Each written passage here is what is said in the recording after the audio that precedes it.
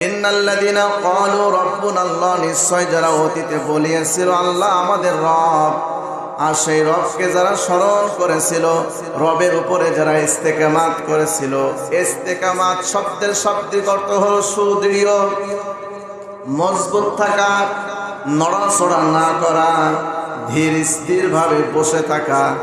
যতই জলোচ্ছ্বাস আর ঘূর্ণিঝড় আসুক না কেন, যতই বালা মুসিবত আসুক না কেন, আমাদেরকে মজবুত ভাবে রবের উপরে, দিনের উপরে, রবের স্মরণ থেকে এক চুল পরিমাণ নড়াচড়া করা যাবে না। কথা বলেন ঠিক কিনা? ইতিপূর্বে আমরা দেখেছি হযরত আদম থেকে শুরু করে মুহাম্মদ রাসূলুল্লাহ পর্যন্ত যত নবী এসেছিল, প্রত্যেকটা নবী আল্লাহর এই দ্বীনের উপরে, রবের উপরে, রবের স্মরণের উপরে ইস্তেকামাত করেছিল। কথা বলেন ঠিক কিনা?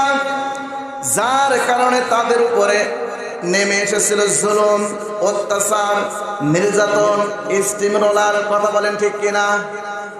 আর বর্তমানে নবীরা নেই, এখন আছে আল উলামা ওয়ারাসাতুল আম্বিয়া, জাতির আলোক বর্তিকা, নবীদের উত্তরাধিকারী, তারা হলো আলেম। কথা বলেন ঠিক কিনা? তাহলে বর্তমানে যারা আল্লাহরে স্মরণ করে, আল্লাহকে রব বলে ঘোষণা করে, তাদের উপরও বিপদ আছে না নাই? সবাই বলেন, আছে না নাই? বাংলাদেশে কোনো আলেমের উপরে বিপদ এখনো ঘটেনি নাকি? কথা বলেন, কি আছে? আছে মানে এই 5 আগস্টের আগে আমরা দেখেছি বাংলাদেশের প্রেক্ষাপট ছিল অন্যরকম। কথা বলেন ঠিক কিনা?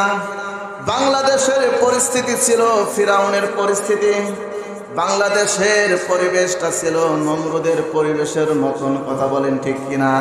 কোনো মুসলমান বাক স্বাধীনতা পায়নি, কোনো মুসলমান বুক ফুলিয়ে তার স্বাধীনতা অর্জন করবে, তার অধিকার আদায় করবে, এটা করতে তারা ব্যর্থ হয়েছে। কথা বলেন ঠিক কিনা?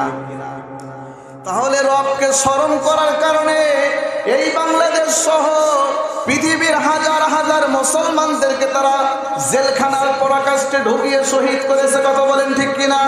তার বাস্তব প্রমাণ বিশ্ববরেণ্য বিখ্যাত আলেম, কোরআনের পাখি, কোরআনের আল্লামা, যিনি 1 বছর নয়, 2 বছর নয়, 50 বছর ধরে এই ময়দানে তাফসীর করেছে। কথা বলেন ঠিক কিনা? তাকেও পর্যন্ত রাজাকার, নারী ধর্ষণকারী, টেন্ডারবাজি, মৌলবাদীর আখ্যা দিয়ে 1 বছর নয়, 2 বছর নয়, 13 বছর জালেমের কারাগারে নিক্ষেপ করে রেখেছিল। কথা বলেন ঠিক কিনা?